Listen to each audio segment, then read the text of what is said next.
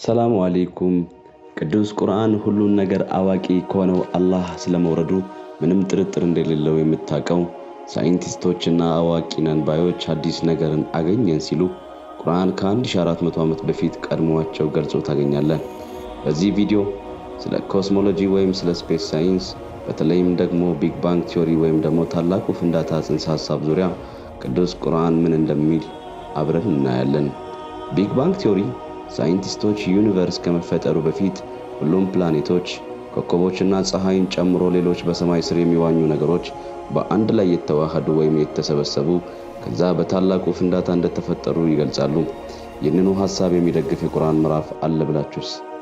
አላህ ሱብሓነሁ ወተዓላ በሱረቱል አንቢያ ላይ እንዲህ ይላል أولم ير الذين كفروا أن السماوات والأرض كانتا رتقا ففتقناهما وجعلنا من الماء كل شيء حي أفلا يؤمنون እነዚያም የካዱት ሰማያትና ምድር የተጣበቁ የነበሩና የለያየናቸው መሆናችንን አያውቁምን?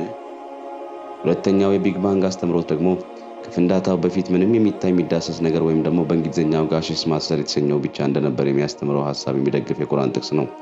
አምላካችን አላህ በሱረቱል ፉሲለት እንዲህ ይላል مستوى إلى السماء وهي دخان فقال لها وللأرض ائتيا طوعا أو كرها قالتا أتينا طائعين ከዚያም ወደ ሰማይ እርሷ ጭስ ሆና ሳለች አሰበ።